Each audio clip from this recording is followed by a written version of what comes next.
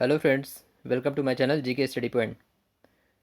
इस वीडियो में हम बात करेंगे पिछले 20 वर्षों में रेलवे परीक्षा में आए हुए सभी जीके जीएस सामान्य ज्ञान के सवालों का। वीडियो सेट नंबर 15 है ये। जैसा कि आपको पता है, रेलवे अपनी सभी परीक्षाओं में प्रीवियस ईयर के क्वेश्चन को रिपीट करता है। तो जो भी रेलवे के सभी परीक्षा में आए हैं पहले, उन सभी क्वेश्चंस को लिया गया है। अगर आप मेरे चैनल पर नए हैं, पहली बार आए, तो मेरे चैनल को सब्सक्राइब कीजिए, वीडियो को लाइक शेयर ज़रूर कीजिए और अंत तक वीडियो ज़रूर देखिएगा। वीडियो को पूरा ज़रूर देखिए अंत तक। तो चलिए वीडियो को शुरू करते हैं। पहला सवाल, निम्नलिखित में से कौन हड़प्पा सभ्यता के अध्ययन से जुड़ा है? Which of the following associated with the study of Harappan civilization? तो इसका सही जवाब क्या होगा?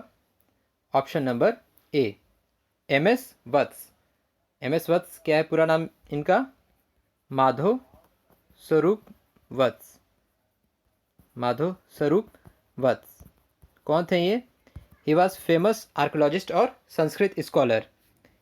ही was also director general of archaeological survey of India, ASI, जो एक्सकेवेशन से जुड़ा हुआ है, आर्कोलॉजिकल सर्वे ऑफ इंडिया।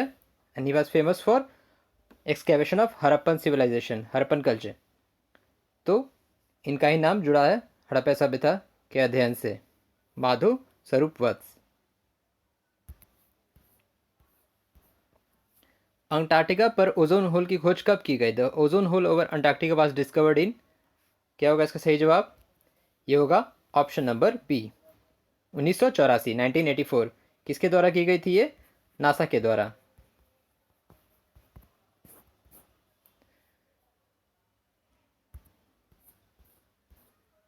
ब्रह्मांड में दूसरा प्रचुर मात्रा में सर्वाधिक तत्व कौन सा है? The second most abundant element in the universe is hydrogen, nitrogen, helium या फिर आयरन?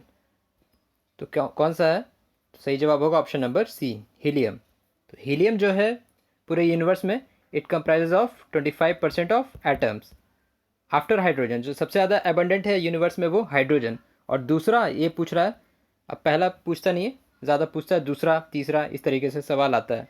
तो दूसरा सबसे ज़्यादा सर्वाधिक तत्व है हीलियम। हीलियम कैसे है?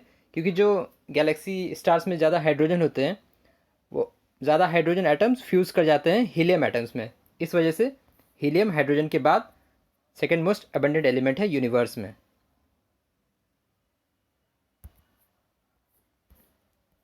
भारतीय संविधान के किस अनुच्छेद में वित्तीय आपातकाल से संबंधित प्रावधान वर्णित है?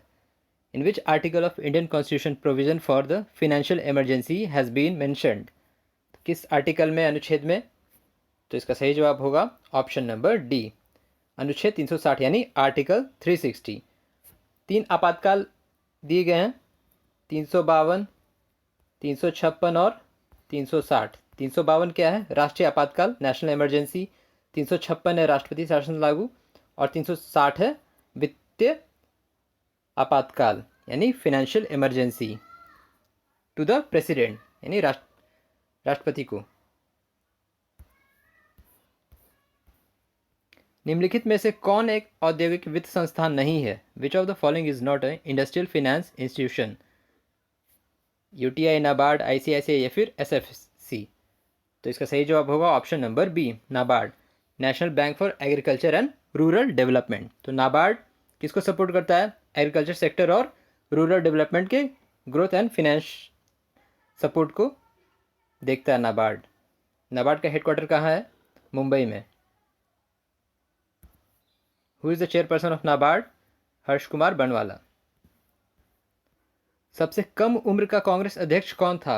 Who was the youngest Congress president? कौन थे इनमें से? तो इसका सही जवाब होगा option number C, Abul Kalam Azad. तो Abul Kalam Azad was the youngest Congress president. कब बने थे वो? 1923 में। 1923 में। उस समय उनकी उम्र क्या थी? 35 साल। तो 35 साल की उम्र में ही वो कांग्रेस के अध्यक्ष बने थे, the youngest Congress president. Sarojini Naidu ने इंडियन नेशनल कांग्रेस के कानपुर सत्र की अध्यक्षता कब की? Sarojini Naidu presided the Kanpur session of INC इन 1916, 1919, 1923 या फिर 1925? तो क्या होगा इसका सही जवाब? 1925। तो 1925 में अध्यक्षता ली थी उन्होंने कानपुर सत्र की। The medical term use for sleeplessness, अनिद्रा अनिद्रा को चिकित्सा शब्दावली में क्या कहते हैं? अनिद्रा को इंसोम्निया, सोमनाबुलिज्म, हेलुसिनेशन या फिर निक्टिन्यूरिया। तो क्या होगा इसका सही जवाब? इसका होगा ऑप्शन नंबर ए, इंसोम्निया। तो नींद, स्लीप, अनिद्रा को हम इंसोम्निया भी कहते हैं साइंस के मेडिकल टर्म के लैंग्वेज में। किस देश के प्रधानमंत्री के निवास स्थान को टेम्पल ट्रीज कहा जाता है? Temple trees is the residence of PM of which country? Nepal, Bhutan, Sri Lanka या फिर बांग्लादेश। तो इसका सही जवाब होगा ऑप्शन नंबर सी, श्रीलंका। तो श्रीलंका के जो प्रधानमंत्री उनके निवास स्थान को टेम्पल ट्रीज कहा जाता है। आप कमेंट बॉक्स में लिखिए श्रीलंका के वर्तमान प्रधानमंत्री कौन है।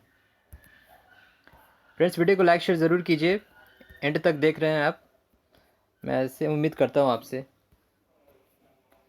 भारत में विद्यालयों में मध्याह्न भोजन शुरू करने वाला पहला राज्य कौन सा है? In India the first state to introduce mid day meal in school. तो कौन सा राज्य था पहला जो मिड डे मील शुरुआत किया था जिसने? तो इसका सही जवाब होगा तमिलनाडु। तो तमिलनाडु पहला राज्य जिसने विद्यालयों में मध्याह्न भोजन शुरू किया था। कब ये शुरुआत हुआ था? 1962-63 के समय, 1962 से 63 के बीच में, जब के कामराज मुख्यमंत्री थे तमिलनाडु के कामराज मुख्यमंत्री थे तमिलनाडु के, तभी ये शुरुआत किया गया था मिड डे मील स्कीम। निम्नलिखित में से कौन सा जन्मजात प्रतिरक्षा का एक घटक नहीं है? Which of the following is not a component of innate immunity. तो क्या होगा इसका सही जवाब? एंटीबॉडीज, इंटरफेरॉन, डीएनए या फिर फैगोसाइट्स। तो सही जवाब होगा ऑप्शन नंबर बी, इंटरफेरॉन। ये एक जन्मजात रोग प्रतिरोधक क्षमता का घटक नहीं है। The layer of atmosphere where electrical conductivity takes place, वायुमंडल की परत जहां विद्युत चालकता होती है, कौन सा है वो? तो वो होगा ऑप्शन नंबर बी, आयोनोस्फेयर, यानी आयन मंडल भी कह सकते हैं, आयोनोस्फेयर। इसका रेंज कहाँ से कहाँ तक है? 60 किलोमीटर से 1000 किलोमीटर तक, 60 किलोमीटर से 1000 किलोमीटर की ऊंचाई पर है आयोनोस्फेयर। आयन्स का एक्सचेंज होता है इलेक्ट्रिकल कंडक्टिविटी के साथ साथ। निम्नलिखित में से कौन एक्टिनाइड नहीं है? Which of the following is not an actinide. ये पीरियोडिक टेबल का सवाल है। थोरियम, फर्मियम, टर्बियम या फिर प्लूटोनियम। तो इसका सही जवाब होगा टर्बियम। टर्बियम एक एक्टिनाइड नहीं है। ये क्या है? ये है लैंथेनाइड, लैंथेनाइड सीरीज में आता है लैंथेनाइड। लैंथेनाइड सीरीज कौन कौन से पीरियोडिक टेबल में जो सबसे नीचे में होते हैं? ये 15 ऐसे हैं मेटालिक केमिकल एलिमेंट्स हैं जो एटॉमिक नंबर 57 से 71 के बीच में लाई करते हैं। 57 से 71 के बीच में जो केमिकल एलिमेंट्स हैं वो क्या कहलाता है? Lanthanide series. और उसी में आता है ये टर्बियम, इसका सिंबल होता है Tb। Manchester United football club is related to which country. Manchester United football club किस देश का है? जर्मनी, अर्जेंटीना, स्पेन या फिर इंग्लैंड। तो इसका सही जवाब होगा इंग्लैंड। इंग्लैंड का ये फुटबॉल क्लब है। इंग्लैंड का राष्ट्रीय खेल कौन सा है? आप कमेंट बॉक्स में ज़रूर लिखिए इसका जवाब। इंग्लैंड का राष्ट्रीय खेल। गोल्डमैन पुरस्कार किस क्षेत्र में उत्कृष्ट योगदान के लिए दिया जाता है? Goldman prize is related to contribution in which field. तो इसका सही जवाब क्या होगा? इसका होगा ऑप्शन नंबर ए, पर्यावरण रक्षा, एनवायरनमेंट प्रोटेक्शन। तो किन लोगों को दिया जाता है? जो एनवायरनमेंट एक्टिविटिस्ट होते हैं, जो ग्रास रूट लेवल से एनवायरनमेंट के लिए काम करते हैं देश विदेश में, हर जगह, तो उन्हें दिया जाता है गोल्डमैन पुरस्कार। इसे दूसरे नाम से भी जाना जाता है green Nobel prize. Green Nobel prize के नाम से भी जाना जाता है इसको।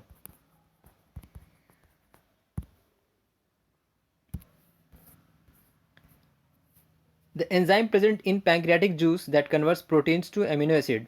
अग्राशयी रस में मौजूद एंजाइम जो प्रोटीन को एमिनो एसिड में परिवर्तित करता है, कौन सा वो एंजाइम है? अग्राशयी रस में जो एंजाइम होता है, पेप्सिन, ट्रिप्सिन, एमिलेज या फिर लाइपेज। क्या होगा इसका सही जवाब? इसका सही जवाब होगा ऑप्शन नंबर बी, ट्रिप्सिन। तो पैंक्रियाटिक जूस में जो एंजाइम होता है ये ट्रिप्सिन होता है, जो प्रोटीन को एमिनो एसिड में बदलता है। Rubber is readily soluble in rubber किस में सॉल्युबल होता है? कार्बन डिसल्फाइड, पेट्रोल, बेंजीन या फिर एसीटोन? तो इसका सही जवाब होगा ऑप्शन नंबर ए, कार्बन डिसल्फाइड यानी CS2। एम्पिसिलिन का इस्तेमाल कहाँ होता है? Ampicillin is used in antibiotic, anti inflammatory या सूजन दाहक रोधी, एंटी मलेरियल या फिर एंटी कैंसर एजेंट? तो एम्पिसिलिन का इस्तेमाल होता है एंटीबायोटिक में। इसको दूसरे नाम से भी जाना जाता है एम्पिसिलिन को, एमॉक्सिलिन। एमॉक्सिलिन एंटीबायोटिक के अगर आप पत्ती पर देखेंगे तो ये चीज़ लिखा रहेगा, एमॉक्सिलिन।